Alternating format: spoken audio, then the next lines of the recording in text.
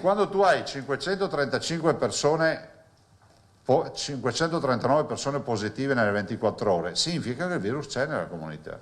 Allora, qual è la preoccupazione? È che non si abbassi la guardia. Il presidente della regione Zaia torna a parlare ai veneti dalla sede della Protezione Civile e lancia un appello a non abbassare la guardia. Il virus continua a circolare ed i contagi negli ultimi giorni sono in crescita. Colpi di coda non ne possiamo escludere.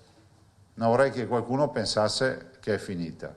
È altrettanto vero che la vaccinazione sta funzionando. Lo testimoniano i ricoveri ospedalieri che riguardano per la stragrande maggioranza i non vaccinati ed ora l'appello è per la terza dose riservata al momento ai fragili, al personale sanitario e a tutti gli over 60.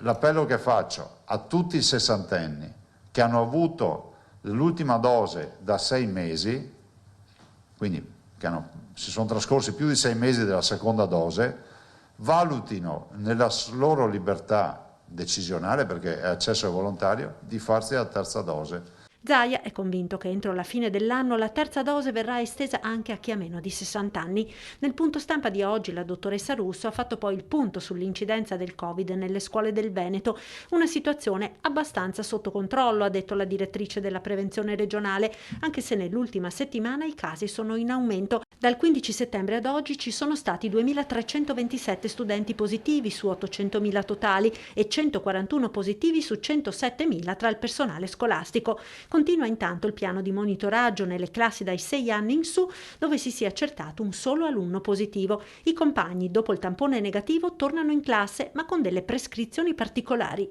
Cioè si raccomanda ai soggetti che tornano in classe ma sono stati nella classe dove c'era il positivo di avere un comportamento responsabile che dipende dal bambino, dal ragazzo, ma dipende anche dalla famiglia. Quindi niente feste, niente centri sportivi per quei 10 giorni. Se invece i positivi sono più di uno, la classe va in quarantena, tutti a casa dunque per 7 giorni se vaccinati, per 10 se non vaccinati. Questa settimana ci sono 4.848 studenti in quarantena e oltre 5.000 in monitoraggio.